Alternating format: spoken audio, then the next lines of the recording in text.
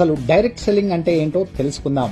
మనకు direct selling అర్థం కావాలంటే అంతకన్నా ముందు మనం వాడే సంప్రదాయ మార్కెటింగ్ వ్యవస్థను చూద్దాం.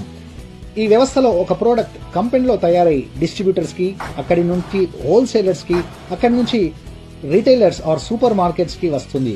అక్కడి నుంచి మనం అంటే కస్టమర్స్ తీసుకుంటాం.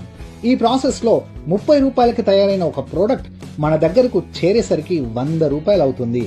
ఈ మధ్యవర్తులు చేతులు మారేటప్పుడు వస్తువులో క్వాలిటీ గాని క్వాంటిటీ గాని ఏమాత్రం మారదు. కానీ 30 రూపాయలకు తయారైన ఈ వస్తువుకి 70 రూపాయలు అదనంగా చెల్లించి మనం తెప్పించుకోవాల్సి వస్తుంది. అంటే కస్టమర్ గా మనం 70 రూపాయలు లాస్ అవుతున్నట్టే. ఇక్కడే డైరెక్ట్ సెల్లింగ్ యొక్క ప్రాముఖ్యత కనిపిస్తుంది. డైరెక్ట్ సెల్లింగ్ లో ప్రోడక్ట్ మధ్యవర్తులని తీసేసి కంపెనీ నుండి డైరెక్ట్ గా కస్టమర్స్ కి చేరవేయడం జరుగుతుంది. మధ్యవర్తులకి యాడ్స్ లో నటించే హీరో హీరోయిన్స్ కి ఇవ్వవలసిన ఆ 70% ఆదాయాన్ని ఇప్పుడు ఈ డైరెక్ట్ సెల్లింగ్ కంపెనీస్ కస్టమర్స్ కి అందిస్తాయి.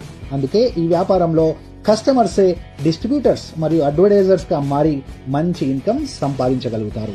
మనం చేయవలసిందల్లా కస్టమర్స్ యొక్క నెట్వర్క్ ని తయారు చేసుకోవడమే. నెట్వర్క్ యొక్క శక్తి అర్థం కావాలంటే ఈ ఒక్క చిన్న ఎగ్జాంపుల్ ని చూద్దాం. ఎయిర్టెల్ కి మన ఇండియాలో 10 కోట్లకి పైగా కస్టమర్స్ ఉన్నారనుకుందాం. ఒక్కొక్కరు నెలకి 300 రూపాయలు